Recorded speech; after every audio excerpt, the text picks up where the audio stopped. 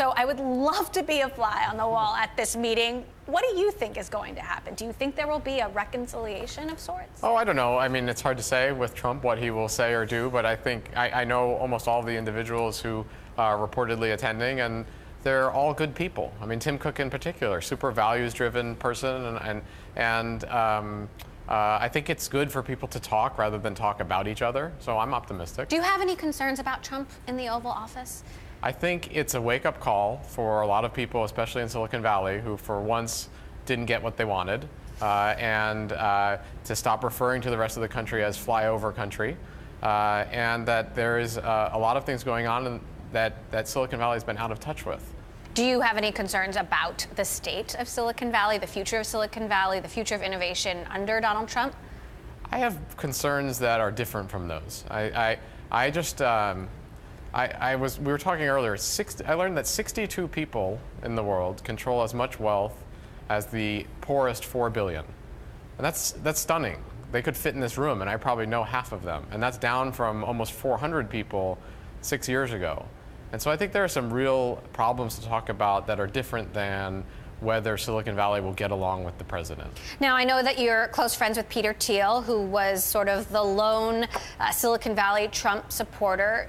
How do you feel about his contrarian views having a potentially great influence on the president? Peter's a friend. He's someone I respect a lot. I think he called it. He said the election was going to go this way, and I think he said for a couple years that people were unhappy and pessimistic, and I think we have a new president who was elected fair and square, and as an American, I think we should all want him to be successful. And so I've got great respect for Peter and his intellect, and do count him as a friend. Has Peter asked you to help in any way? I know he's been trying to rally the troops. If Peter asked me to help, I'd help him. Anything you would like to contribute? I'm just going to leave it at that. Now, you did move your family outside of Silicon Valley down to San Diego, in part, as I understand it, because of a disillusionment with Silicon Valley culture. Can you explain that decision? Yeah, there's a bubble here of a concentration of wealth and on the flip side, a pursuit of innovation and disruption, which I think is really admirable. But it's easy to fall prey to that and be pulled into a vortex of kind of belly button gazing and self-interest. And I deliver Meals on Wheels, and when you go out and see real people who are not building apps but who are hungry or alone, I think it puts you a little bit more in touch with the rest of the world. So outside the vortex, there are still a large amount of people with great concern about a Trump presidency.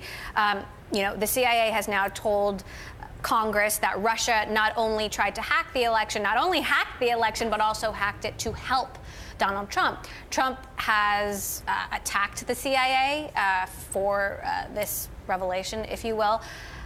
What's your reaction to that? Yeah, I haven't seen any evidence myself that the outcome would have been any different. Of course, no foreign power. We don't know. Well, no foreign power should interfere in our elections.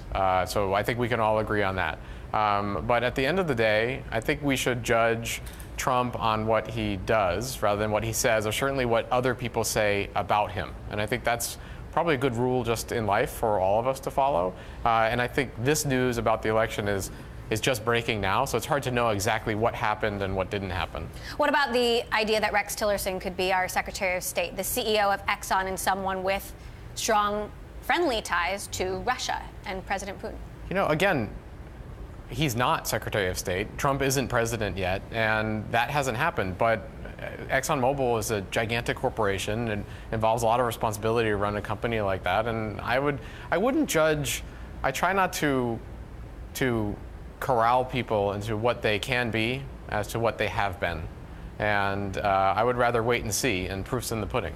Okay, so Trump has said that climate change is a hoax, and you are somebody that I know is very passionate about clean energy. The latest is that Rick Perry is the top candidate for energy secretary. Do you have any concerns about the future of clean energy? Yeah, I have concerns. They go beyond that, but I think, Rick Perry, who I don't know personally, but the governor of a very large state, an energy-producing state, I don't think it's, again, he's not in the position yet. I don't even know if he's been officially picked. It's not official. Yeah, so it's probably not worth speculating too much, because part of the problem, I think, for me, has been turning everything into fantasy football and a sporting event and making judgments when nothing's happened yet. So I definitely have concerns and would like to see clean energy advance, but I think Bill Gates had a great announcement just in the last 24 hours about that. In many ways, some of this stuff has not happened, but there's been a lot of tweeting going on. So I think I'm not a tweeter. I don't look at Twitter. I think we'd probably all be healthier if that were the case. Bill Gates, Jack Ma, Jeff Bezos, Vinod Khosla, John Doerr are now backing this new $1 billion clean energy fund. Do you think that this fund will actually move the needle in an area that has been slow to have big exits? I hope so. There are people I all know. I know all of them, and I admire them.